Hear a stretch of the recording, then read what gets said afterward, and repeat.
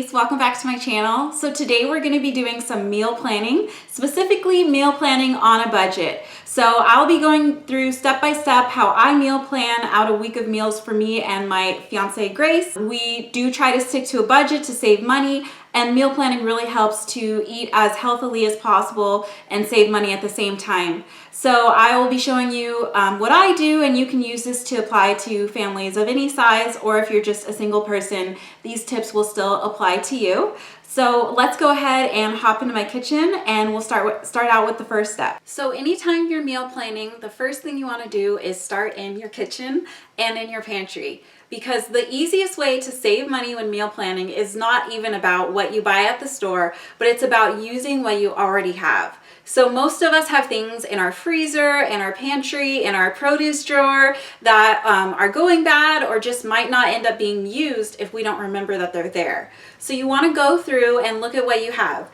And specifically, I always look for what proteins do I have and what things do I have that are going bad first. Because proteins are usually going to be the most expensive ingredient, and it's what we usually base our meals around. And then, you want to use up whatever's going bad, like whatever produce you have. So let's go ahead and see what I have. So the first thing I'm noticing is these green peppers that I have already pre-chopped that I thought I could use, but upon closer inspection, they're looking kind of slimy and gross. So I think I'm gonna have to compost these. So that's just a reminder to, stay on top of what's in your fridge, because you don't want to have things going bad. That's the whole point. But I do have these hot link sausages that are still good, so I'm going to put these aside to be using in a meal. And it's also a great time to take out anything in your fridge that's going bad, like this chicken stock. I wrote the date on it so I would remember when I opened it, and it's a little too old now to use. And let's go see what I have in my pantry. So clearly my pantry is a disaster, and I am not saying that it isn't. Also, Winnie likes to go in there and hide. So this will be another video, is cleaning out my disaster pantry and organizing it, but I'm gonna see if I have anything that I want to use up. So again, I'm looking for proteins that I can use. I'm seeing a thing of tuna, I've got some beans, and I've got some anchovies that maybe we could use in a salad. So these are all great things to put aside. And I'm not going to dig it out, but I know I have pasta in here, I've got oats, so I've got a few different grain options as well that I could use. And I have some bread in the freezer as well. It's also good to see if you have any sauces. I've got a tomato sauce, I've got some more chicken broth that went bad, but I could use this to make a soup. And of course, pasta is an easy weeknight meal. And I also have a couple bags of cheese that I would like to use up before they go bad as well. So these are all the things I've set aside that I can use as basis for meals.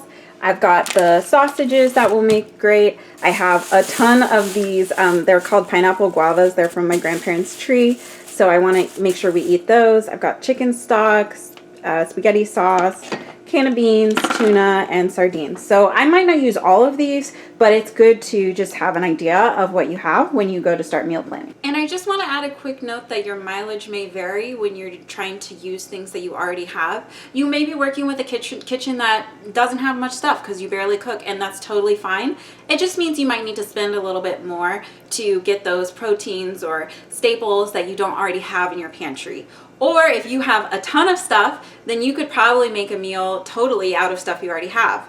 I think that's a challenge I'm going to do in the future. Try and do a week or a month of just pantry meals, not buying anything new. So don't feel bad if you don't have, a huge stock of stuff to work with. We all have different amounts of food in our house, and there's nothing wrong with needing to buy more things. This is just showing you that if you do have stuff, hi Winnie, if you do have stuff, you want to try and use that up first, especially proteins and things that are going bad and things that have been sitting in your freezer for a long time. Your next step for meal planning on a budget, after you've checked what you already have that you might want to use up, is to go to whatever your favorite grocery store is and check the weekly ads and coupons. This is a major way to save money.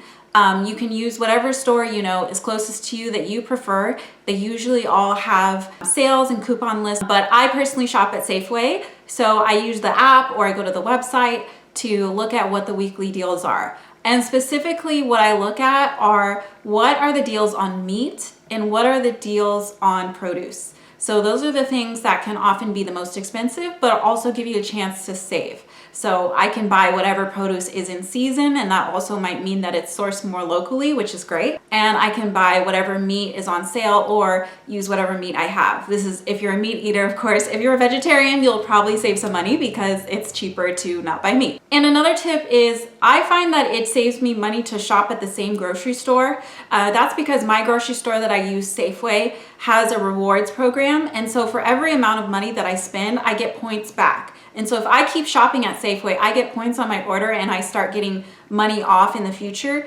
And what's also cool about Safeway is they track what I've purchased before, and they'll give me coupons on items that I've liked before. So that's also really great to save money if I'm buying the same things over and over again, which, let's be honest, most of us are. I do recommend if you find a store that has good prices, that's convenient, and has a loyalty program, it's definitely worth it to try and do most of your shopping there so that you can get that reward.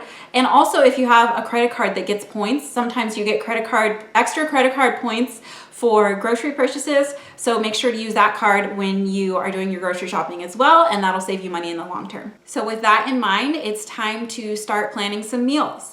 And I like to use a meal planner template that I will show you in just a second. You can download it for free online and it's super convenient to use. But before you start planning your meals, there's a few things that you might want to think about. So first of all, what's your budget? Do you have a certain amount of money that you need to spend for the week and you need to make sure that you stay under that? Or are you a little bit more flexible, which means you can be a little bit more creative? Second of all, how willing are you to eat the same thing over and over again? I know for myself, I'm really bad at this. Grace is better. She'll eat leftovers like no problem, but I can eat like a meal twice before I'm over it. I can't eat it anymore. So I have to take that into consideration when I'm meal planning, because it's not going to work for me to make a big batch meal and eat it all week, because I'm just not going to eat it. Third thing to consider is, do you have any dietary restrictions or any goals? Are you trying to do high protein, low carb? Do you have a specific diet you're following? Or, you have to watch your sugar. Those are all things you want to consider when planning your meals as well. And then the last thing that I always consider, which is really important, is how much time and how much energy do you have to grocery shop, to cook, to prep meals? How are you feeling? And honestly, this can vary a lot. Like some weeks I'm ready to go, like right now I'm feeling fired up. I'm ready to plan some meals. I can cook, I can go shopping. And some weeks the energy is just not there. You've got stuff going on in your life, you're busy, you've got kids, like whatever is going on, and that's okay. That might be a week that you buy some more frozen things. That might be a week that you go to Trader Joe's and get a lot of their pre-made meals. You might just do something simple like wraps or sandwiches for dinners, and that's totally fine. It just depends on how much energy you have. And you want to be aware of that, because sometimes I get a little over my head when I'm planning meals and I say, I'm going to cook this, and then it gets halfway through the week and I'm like, yeah, I'm not cooking any of that. So I try to limit myself to like cooking 2 meals a week. And then usually that can last us for a few days with some other things in between, because I just know that's personally what I can handle.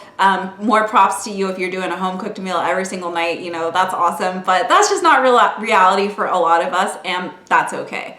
So let's go ahead and head to my computer and I'll show you this meal planning template. So let me go ahead and show you this meal plan template that I got for free. That's amazing. It's from this website, Lambert's Lately. It's a free 3-tab meal plan for Google Sheets. And as you can see, it has meals. You can list your favorite meals, grocery list. There's also an ingredient inventory. So all you have to do is scroll down on this web page until you get to the big button. And all you have to do is click it. And it'll ask you to make a copy. I'm not signed in right now, but it'll ask you to make a copy, and then you just download it to your computer. So when you open it up, it'll look like this. And so this first tab is the meal plan. So Monday, Tuesday, all the way through the weekend, breakfast, lunch, dinner, and snacks, which is super helpful. There's this tab that has recipe cards. So there's a bunch of these here. So if you want to just keep recipes here in this planner, you can. I haven't used this yet, but if you'd like to do that, that's a super awesome resource to have. And then we have the ingredient inventory, and this is where you can list everything that you already have so that you can keep track of what you have and what you want to use in your meals. I don't find that I keep up with this in terms of like everything I have in the house, because it just feels like a lot to keep up with. But I put like major things, like I'll put the hot links and things that I have on here that I want to remind myself that I already have and I want to use up. Next is favorite meals, where you can list down by protein ingredient what your favorite meals are, and you could probably link those back to the recipe cards. And then lastly, there's this grocery list that's divided up by different parts of the store, different items, and then when you type something in, like apples, and you say 1, it'll give you a little checkbox that you can click when you bought it, and it'll cross it off. So I think that's super cool. I end up usually writing out my grocery list because I find that's easier when I'm in the store to just have it with me already.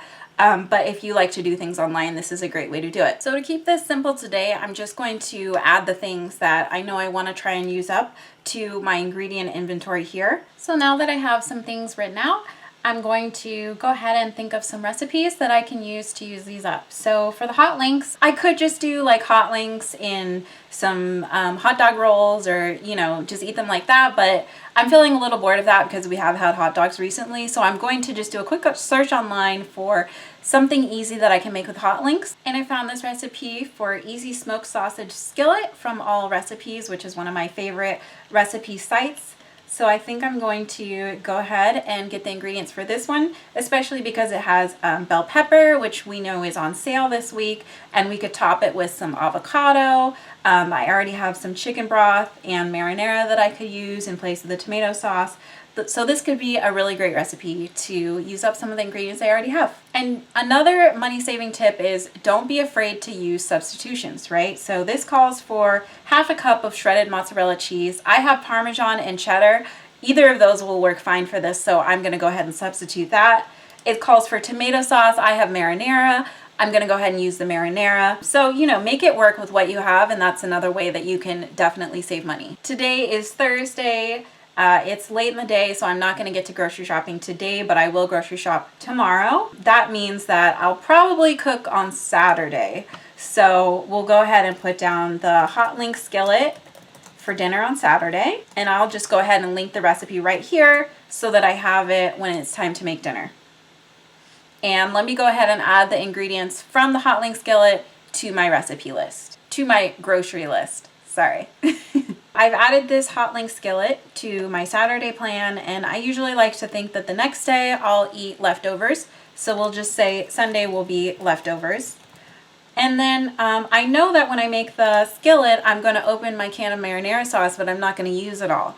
So I want to make another recipe that will use up the rest of that marinara sauce and also anything else that I want to use up. I know I'm going to want to use up some chicken broth that I'm going to open for the hot link skillet as well.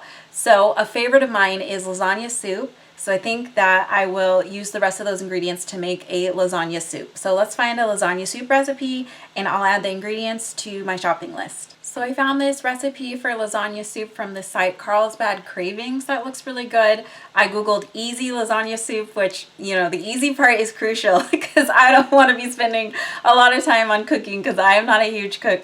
And it's one pot, which makes it great. One pot meals are a great time saver, dish saver, everything. If I can just make it in one pot, I'm happy.